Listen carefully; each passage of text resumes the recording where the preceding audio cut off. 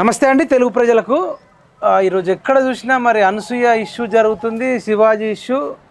ఎస్పెషల్గా బట్టలు నిండుగా వేసుకుంటే మంచిదా, ఎట్లా పడితే అట్లా వేసుకుంటే మంచిదా? అనసూయనేమో ఎట్లయినా వేసుకోవాలా, మీరెవడరా చెప్పడానికి అనే లైన్లో ఆమె చెప్తుంది. ఆమె కానీ, నాగబాబు కానీ, ఆర్జీవి కానీ, ప్రకాష్ రాజ్ కానీ, మరి నటుడు శివాజీ కానీ, ఇంకా కొద్దిమంది మహిళలు కానీ లేదు ఎట్లా బయటికి వెళ్ళినప్పుడు నిండుకుంటే బాగుంటుందని చెప్తున్నారు. మరి దీనిపైన సీనియర్ సిటిజన్స్ ఉన్నారు. కొండా లక్ష్మణ్ బాపూజీ ప్రియ శిష్యుడు, అదేవిధంగా ప్రజా చైతన్య వేదిక రాష్ట్ర అధ్యక్షుడు, నయం బాధిత సంఘం యొక్క అధ్యక్షుడు మరి చీమల జగదీష్ అన్న మనకు అందుబాటులో ఉన్నాడు. అన్న నమస్తే. నమస్తే. నమస్తే అన్న చెప్పండి అన్న, మరి ఎట్లా బయటకు వెళ్ళినప్పుడు అమ్మాయిలు కానీ అబ్బాయిలు కానీ నిండుగా ఉంటే మంచిదా, ఎట్లా ఉన్నా మంచిదేనా, ఏమంటారు మీరు?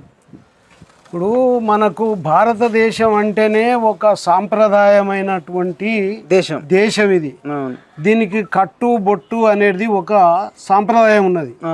మానవులు అన్నప్పుడు వీళ్ళు ఏ పద్ధతిలో ఉంటే బాగుంటుంది, వీళ్ళు ఫ్యూచర్ ఏ విధంగా ఉంటుంది, జరుగుతున్నటువంటి సమాజంలో బట్టలు విడిచేసి తిరుగుతామంటే కోకిరిగాళ్ళు ఉంటారు, వివిధ బుద్ధులు ఉన్నటువంటి వాళ్ళు ఉంటారు, వాళ్ళు కొంతమంది సైకోలు కూడా ఉంటారు. ఏదేమైనా సరే అని చెప్పేసి అక్కడ ఉన్నటువంటి సీనరీని చూసి వాళ్ళు స్టన్ అయ్యి నిలబడిపోతారు, వాళ్ళ మీద చెయ్యి కూడా వేసుకుంటారు. తప్పు కదా అట్లా చేయడం? తప్పు కదా. తప్పు, కానీ మీరు ఎంకరేజ్ చేస్తారా? నేను తప్పు అలాంటి చేసేటువంటి వాళ్ళు ఈ అనసూయ అమ్మ వేసుకున్న బట్టలను మాత్రం మేము ఆబ్జెక్షన్ చేస్తున్నాం. ఎందుకంటే నా వాళ్ళు నా ఇష్టం అంటుంది. నీ ఇష్టం ఉంటే ఇంటికాడ వేసుకో, తలుపు పెట్టుకొని నీ భర్త దగ్గర వేసుకో, నీ ఫ్యామిలీ దగ్గర వేసుకో, నువ్వేమన్నా చేసుకో, కానీ బజార్లో వేస్తే మాత్రం మంచిది కాదు, అది పద్ధతి కాదు. శివాజీ గారికి నేను ధన్యవాదాలు చెప్తున్నా. శివాజీ గారు లాంటి వాళ్ళు ఈ సినీ రంగంలో కూడా చాలా మంది ముందుకు రావాలి. మీరు ఫిలిం తీసేటప్పుడు మీరు బట్టలు చేయండి,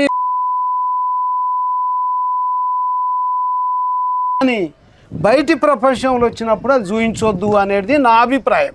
అంతేకాదు వస్తువులు సామాన్లు అనొద్దనే కదా శివాజీ సారీ చెప్పిండు. మరి మీరు ఎట్లెందుకు? నేను అంటున్నానండి, నేను చెప్పను. ఎందుకంటే ఆమె అన్ని అవయవాలన్నీ బయట పడేటట్టు చింపుకొని, ఆ పిచ్చోళ్ళు ఇట్లా చింపుకున్నట్టు లాగులు చింపుకుంటారు, బట్టలు చింపుకుంటారు, అది కూడా వద్దని అంటా నేను. ఇది ఒక ఫ్యాషన్ అనుకుంటారు వాళ్ళు. నిండుగా ఒక దేవాలయం దగ్గరికి పోతాం, లేకపోతే ఒక ఫంక్షన్కి పోతాం, ఒక దేవతల మానవులు అంటే, ఆడవాళ్ళు అంటే ఇంటి స్వరూపం అండి, దేవతలు అండి వాళ్ళు, ఒక మహాలక్ష్మి లాంటి వాళ్ళు. ఈ ఆడవాళ్ళలో ఉన్నటువంటి వాళ్ళ యొక్క శక్తిని ఆ బట్టలలోనే చూపిస్తుంది. అలాంటిగా నిండుగా బట్టలు వేసుకొని మంచిగా బొట్టు పెట్టుకొని ఒక సాంప్రదాయ పద్ధతిలో వాళ్ళు ప్రజల ముందుకు వస్తే వాళ్ళ మీద కూడా ఒక ఇంప్లిమెంటేషన్ అనేది వస్తుంది. లేకపోతే వీళ్ళు ఏమంటారు, అప్పుడు ఏమన్నారు, మగవాళ్ళే తరతరాలుగా ఇట్లా అనిచేసిర్రు మా స్త్రీలను మహిళలను అని చెప్పి వాళ్ళు అంటారు. మీరు వినట్లేదా? ఇట్లా అన్ని కట్టుబాట్లన్నీ స్త్రీలకే పెట్టిరు, మగోడు ఎట్లన్నా తిరగొచ్చా అంటారు.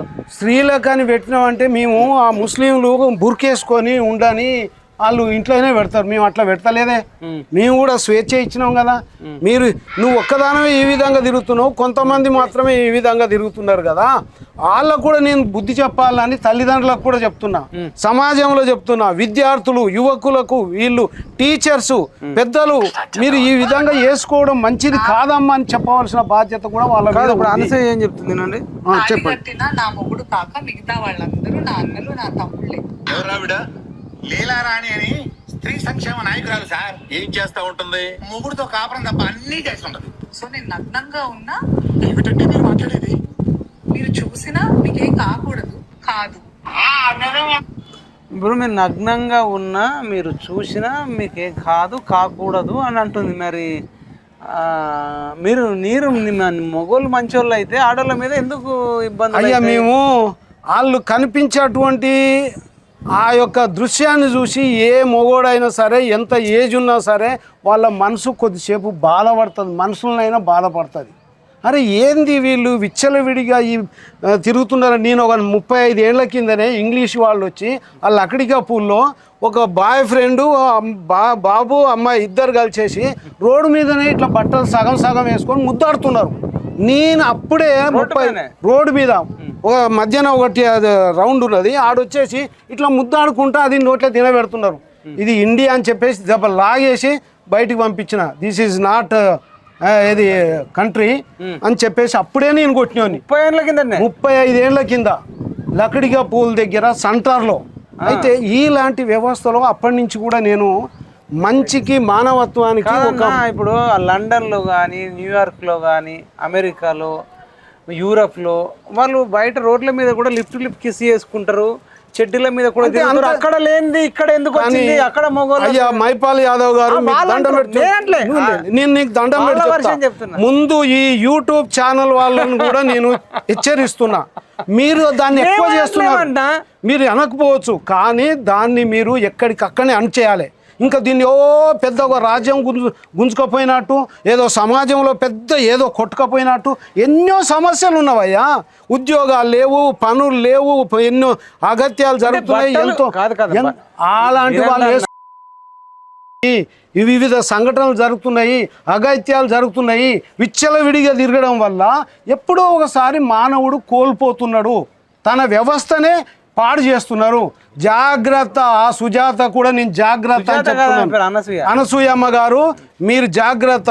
ఇక నుండి మా పిల్లలు ఉన్నారు, పెద్ద పెద్ద వాళ్ళు ఉన్నారండి, పెళ్లిళ్ళకి వచ్చినటువంటి వాళ్ళు ఉన్నారు. మళ్ళీ వాళ్ళ భవిష్యత్తు కూడా మేము నిర్మించాలి కదా.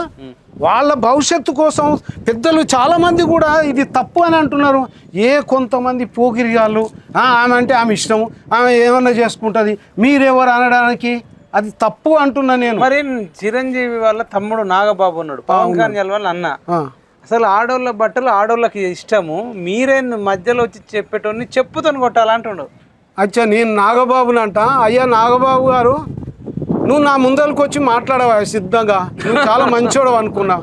ఈ మందిలో 10 మంది దగ్గర ఒక సంఘ స్పర్ధలు ఉంటారు, పెద్ద మనసు కొంతమంది ఉంటారు. మా ముంగలు వచ్చి ఇది తప్పు కాదు అన్నాను. ఆ చెప్పు, నేను ఏ విధంగా మార్పులు చేస్తాను నేనే చూపిస్తా. ఎవరేమన్నా సరే, ఆ నాగబాబు ఉండొచ్చు, అని అయ్య ఎవడన్నా ఉండొచ్చు, నేనే చెప్పు తీసుకొని కొడతా. ఎవరిని? నాగబాబుని. ఇలాంటి వ్యవస్థను పురిగొల్పడానికి ఆయన ముందుకు ప్రోత్సహించేటువంటి వాళ్ళని ఎవరినైనా సరే మనం వదలొద్దు. వాళ్ళకే బుద్ధి చెప్పాలి మనం. ఎవడో అన్నాడని చెప్పేసేసి వాళ్ళ గురించి ఈ వ్యవస్థను పాడు చేస్తారా? మనది ఒక సంస్కృతమైనటువంటి భారతదేశము, దీనికి ఒక మంచి పేరున్నది.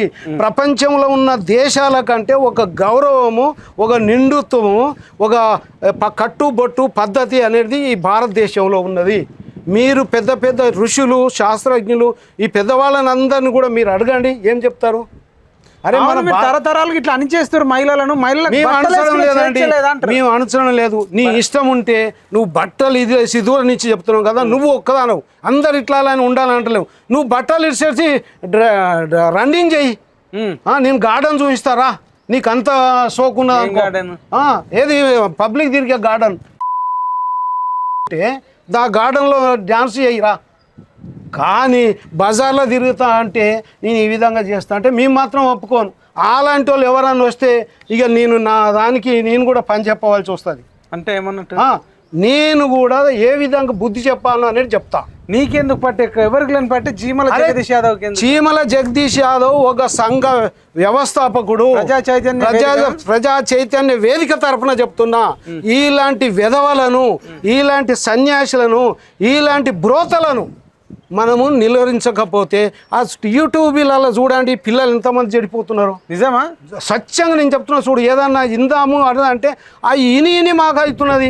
యూట్యూబ్ చూసి చెడిపోతారా? చాలా చెడిపోతున్నారు. నిజమా? తల్లిదండ్రులు కూడా యూట్యూబ్లో ఏమొస్తుంది, ఏం కథ అనేది కూడా తల్లిదండ్రులు అప్పుడప్పుడు చూస్తుండాలి. మన పిల్లలు ఏం చేస్తున్నారు, ఏం చూస్తున్నారు, ఏం ఆటలు ఆడుతున్నారు. మరి వినకపోతే వాళ్ళ వ్యవస్థ కానీ తప్పు. కాబట్టి యూట్యూబ్ ఛానళ్ళ వల్ల కూడా ఇలాంటిది మనం బుద్ధి చెప్పేటట్టు చేయాలి. ఈ వ్యవస్థను కొద్దిగా మార్పు తీసుకురావాలి. కానీ వీళ్ళంటి వాళ్ళని ఎంకరేజ్ చేయొద్దు. మీకు దండం పెట్టి చెప్తున్నా. వేరే దేశాలలో వేసుకున్నారు, మరి వేరే దేశం కథ వేరండి. ఇది భారతదేశము. ఇది సాంస్కృతికంగా, సామాజికంగా తిరుగుతారు కదా లేడీస్. తిరగని వాళ్ళది వ్యవస్థ అది వేరే, మన వ్యవస్థ మనదే. ఆడ 16 ఏళ్ళకే తల్లిదండ్రులను వదిలేసేసి నీ ఇష్టం ఉన్నోని చేసుకోపో అని అమెరికాలో పంపిస్తారు. మరి ఈడ అట్లా పంపిస్తారా? నీ ఇష్టం ఉన్నోని చేసుకో, నీ ఇష్టం ఉన్న బతుకని అంటారు.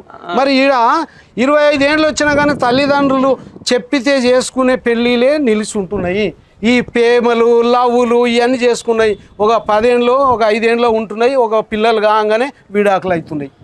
విడాకులు అవుతున్నాయి. నేను చూస్తా. 1-2 ఉంటాయి. 1-2 కాదు, ఏది ప్రేమ పెళ్ళిళ్ళు అన్నవి ఏదో ఒక సమస్యతోటి 100% ఫెయిల్యూర్ అవుతున్నాయి. 100% 1-2 కాదు, 1-2 కాదు. నేను 100 సర్వే చేసిన ప్రేమ పెళ్ళిళ్ళు, కులాంతర వివాహాలు.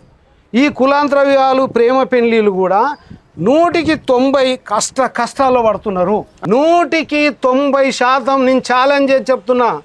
ఎవడన్నా మొగోడు ఉంటే ఇంతమంది ఒక 100 మంది ప్రేమించి పెళ్లి చేసుకున్న వాళ్ళని చూపించండి. లేరా? లేరు. ఉన్నా కానీ ఐఏఎస్ ఆఫీసర్లు పెద్ద స్థాయిలో ఉండేసి వాళ్ళ మనస్తత్వం వీళ్ళ మనస్తత్వం కలిసి చేసుకొని మనం బతకగలుగుతాం, ఈడ కాకుండా ఏడనైనా పోయి బతుకుతాము అన్న వాళ్ళు మాత్రమే నిలుస్తున్నాయి. తల్లిదండ్రులు ఒప్పుకోకపోయినా ఎదిరించి వేరే అక్కడ పోయి పెళ్లి చేసుకునేటోళ్ళకి ఏం చెప్తారు మరి? అలాంటి వాళ్ళకు నేను చేసుకోవద్దు నాయన, తల్లిదండ్రులు చెప్పినటువంటి వాళ్ళని మీరు కొంత సమయం చేయండి.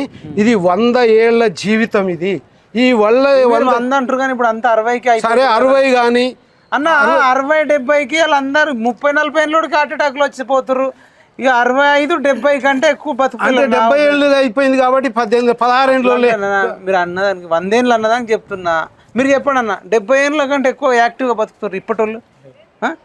70 దాటితే ఇక ఉండిలేని కిందకే కదా. అంటే ఇప్పటోళ్ళు 70 ఉన్నారంటే నెక్స్ట్ జనరేషన్ అంటే అట్లా అంటాం కానీ అప్పట్లో 100 ఏళ్ళు బతికేది కాబట్టి అనేది. ఇప్పుడైతే బతుకుతలేరు అంటున్నాను. నిజమా కదా? అది వాస్తవం. ఎందుకంటే ఈ కాలుష్య వాతావరణం తోటి తినే తిండ్లతోటి ఈ బర్గర్లు ఇలాంటి మరి మీ ప్రజా చైతన్యం దాని మీద నేను చేస్తూనే ఉన్నా. అలాంటిది ఈ కాలుష్యం విపరీతంగా పెరిగిపోయింది.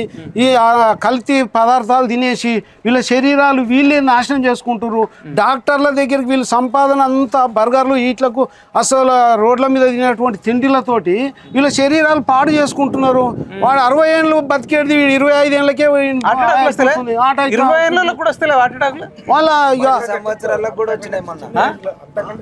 మరి ఇప్పుడు మీ 50 ఏళ్ళ కింద ఇంత చిన్న వయసులో హార్ట్ అటాక్లు వచ్చేదా? అయితే మనం ఇట్లాంటి తిండిలు లేవు కాబట్టి మాకు ఇట్లాంటివి రాలేవు.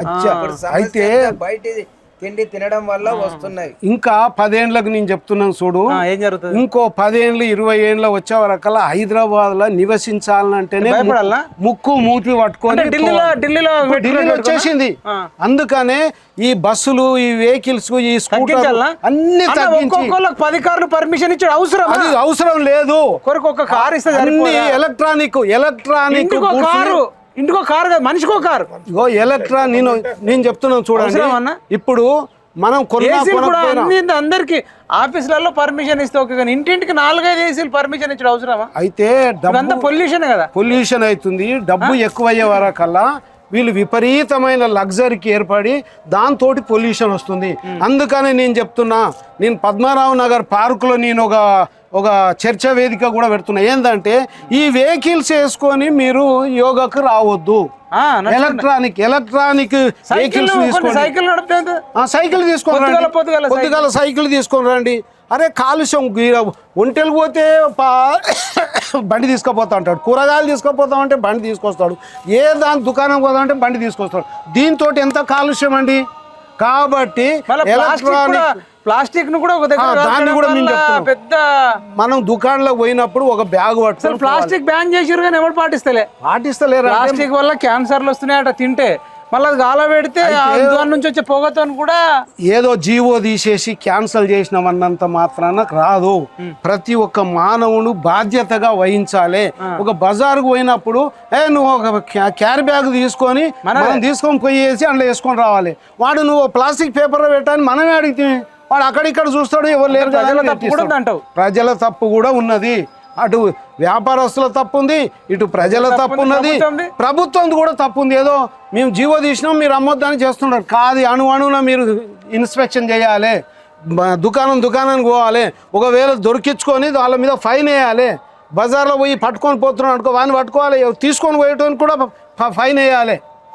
ఒకప్పుడు నేను చూసిన ఈ మాంసం కొట్ల కాడ పోతే టిఫిన్లు తీసుకొని పోయి తెచ్చుకునే బాక్సులు తీసుకొని రావాలని కూడా బ్యాగ్ తీసుకొని వచ్చేది కదా. ఇప్పుడు అదంతా లేదు, ఆడనే ఒక బ్యాగ్ లో పెట్టిస్తున్నాడు, ఒక కవర్ లో పెట్టిస్తున్నాడు మాంసం.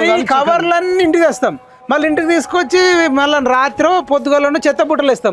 ఇవన్నీ తీసుకుపోయి మనం మళ్ళీ సిటీలో పక్కకి వేస్తాం, బాలానికి మంట పెడతాం. ఆ బాలానగర్ అని బాలాజీ నగర్ అని ఉన్నది, మళ్ళీ జవహర్ నగర్ లో కూడా ఇక్కడ ఏది మన ఉప్పల అవతల బోడు ఉప్పల దాని పక్కల ఏది కార్మిక నగర్ అని ఒకటి, దాన్ని ఏమంటారు అన్న, డంపింగ్ యార్డ్. మళ్ళీ అగ్గి పెడితే ఆ పొగ మళ్ళీ మన మీదకి వస్తున్నది. కాబట్టి ఇదంతా కూడా మనం చేతులారా మనమే చేసుకుంటాం. ప్రజా చైతన్య వేదిక ఏమన్నా భవిష్యత్ ప్రకటన ఏమన్నా ఉందా? మేము ప్రకటన చెప్తున్నది ఏంటంటే వీలైనంత వరకు ఇంటి మీద సోలార్ ఎనర్జీని పెట్టుకోవాలి, కరెంటుని తగ్గించాలి, అది ఎలక్ట్రానిక్ వెహికల్స్ ని ఉపయోగించుకోవాలి. మహేంద్ర కంపెనీ వాళ్ళు మొన్ననే ఒక లేటెస్ట్ కార్లను కూడా తీసారు, ఏంది ఎలక్ట్రానిక్. అది 500 కిలోమీటర్లు ఒక్కసారి ఛార్జ్ పెట్టుకుంటే. కార్ ఎంత ఉంటుంది రేటు? కారు తక్కువనే ఉన్నది, ఏ సైజులో కావాలంటే ఆ సైజులో. 2 వీలర్స్ ఉన్నది.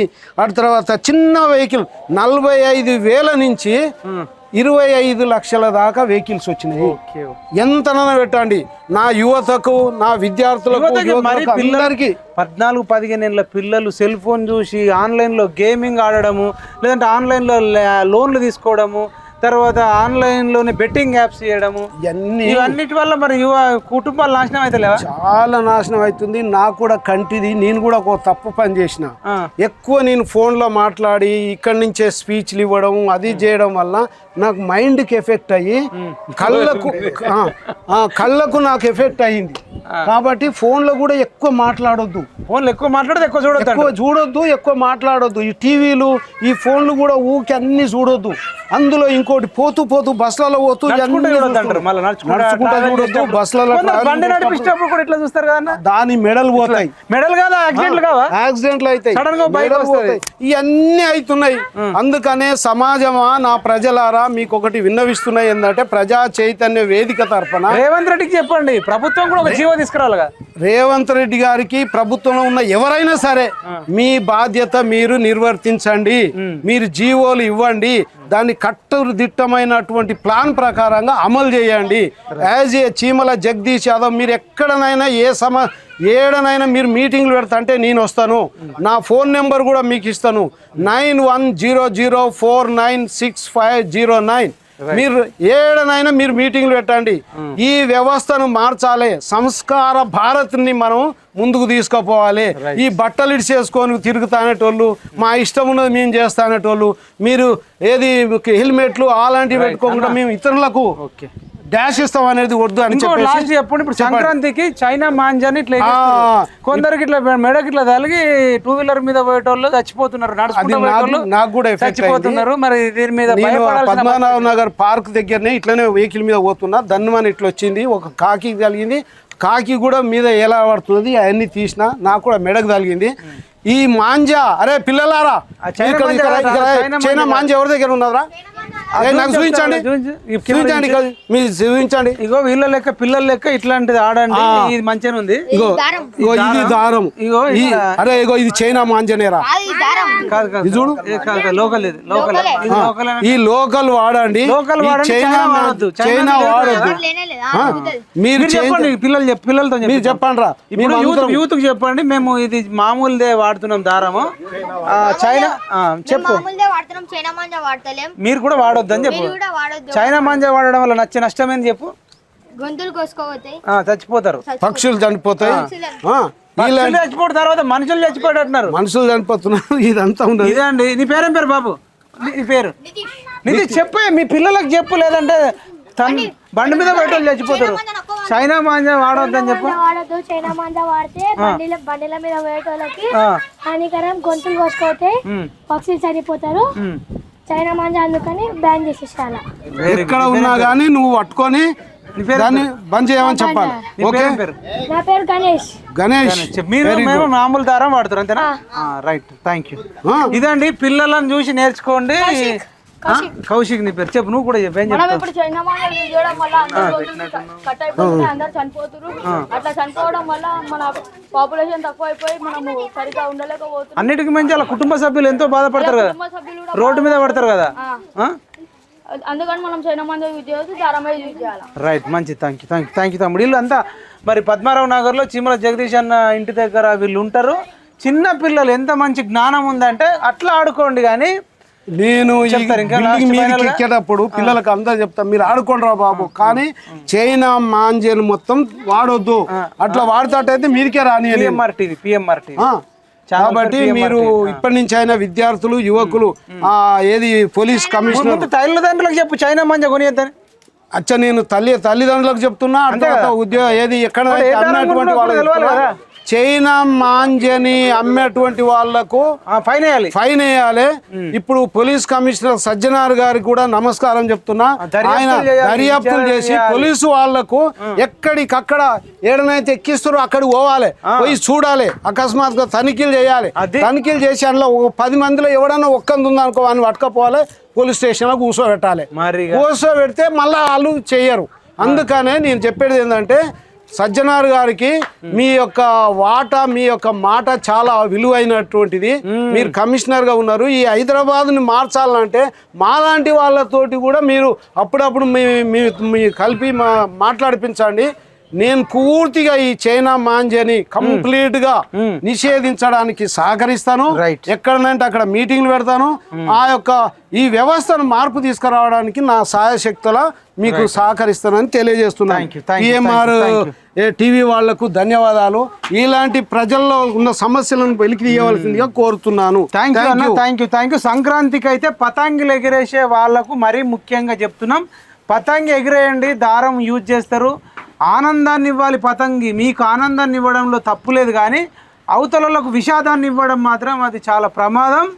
వాళ్ళ కుటుంబ సభ్యులు మొత్తం రోడ్డున పాలవుతారు. 2 వీలర్ మీద బండ్ల మీద పోయేటోళ్ళు గొంతు కోసుకొని పోతుంది. గతంలో కూడా కొందరు జవాన్లు కూడా చనిపోయినారు, నార్మల్ వ్యక్తులు చనిపోయినారు, బిజినెస్ పీపుల్ చనిపోయినారు, సాఫ్ట్వేర్ ఉద్యోగులు కూడా చనిపోయినారు. కాబట్టి మీ ఆనందం కోసం ఇతరుల గొంతు కొయ్యొద్దని మేము చెప్తూ, ప్రభుత్వం కఠినమైన చర్యలు తీసుకొని తనిఖీలు చేస్తూ బ్యాన్ చేయవలసిందిగా కోరుకుంటూ, అదేవిధంగా తల్లిదండ్రులు కూడా పిల్లలు ఏ మాంజా కొంటున్నారు, మరి అది చైనా మాంజనా, ఇండియా మాంజనా, అది గొంతులు తెగుతాయా ఏందని తల్లిదండ్రులు కూడా జాగ్రత్త వహించాలి. అన్నలు అక్కలు ఉంటే వాళ్ళు జాగ్రత్త వహించాలి, పెద్దమ్మ పెద్దనాన్న ఉంటే వాళ్ళు జాగ్రత్త వహించాలి. చివరకు పిల్లలకు కూడినటోళ్ళని కూడా మీరు ఒకసారి పతంగి ఎగిరేసేటప్పుడు ఇది చైనాదా నార్మల్దా అని చెక్ చేసి పతంగి వాళ్ళ చేతికి ఇవ్వండి. మీ పిల్లల వల్ల అవతల మనుషులు చచ్చిపోతే, అవతల కుటుంబాల పెద్దవాళ్ళు చనిపోతే, వాళ్ళ ఇండ్లు రోడ్ల మీద పడితే, ఒకవేళ అయినా వినకపోతే పాపం తరుగుతుంది. వీళ్ళని అరెస్టులు చేయాలి. అమ్మినోన్ని, కొన్నోన్ని, ఎగేసినోన్ని వీళ్ళందరి మీద కూడా కేసులు చేసి వీళ్ళ ఆస్తులు జప్తు చేసి ఆ చనిపోయిన కుటుంబాలకు కూడా ఇప్పియాల్సిన అవసరం ఉంటుంది. అంతదాకా తెచ్చుకోవద్దని తెలియజేస్తూ ఈ వీడియోని ఎక్కువ మందికి షేర్ చేయండి. సంక్రాంతి అంటే ఆనందం, సంక్రాంతి వచ్చిందంటే పండగ. మటన్ తెచ్చుకోండి, చికెన్ తెచ్చుకోండి, మందు తెచ్చుకోండి, ఇంట్లో ఎంజాయ్ చేయండి, నచ్చిన సినిమా పెట్టుకొని చూడండి, పతంగి కూడా ఎగిరేసుకోండి సాయంత్రం పూట. కానీ చైనా మంజ వాడకుండా ఎగిరేసుకోవాలని కోరుకుంటూ జై జవాన్, జై కిసాన్, జై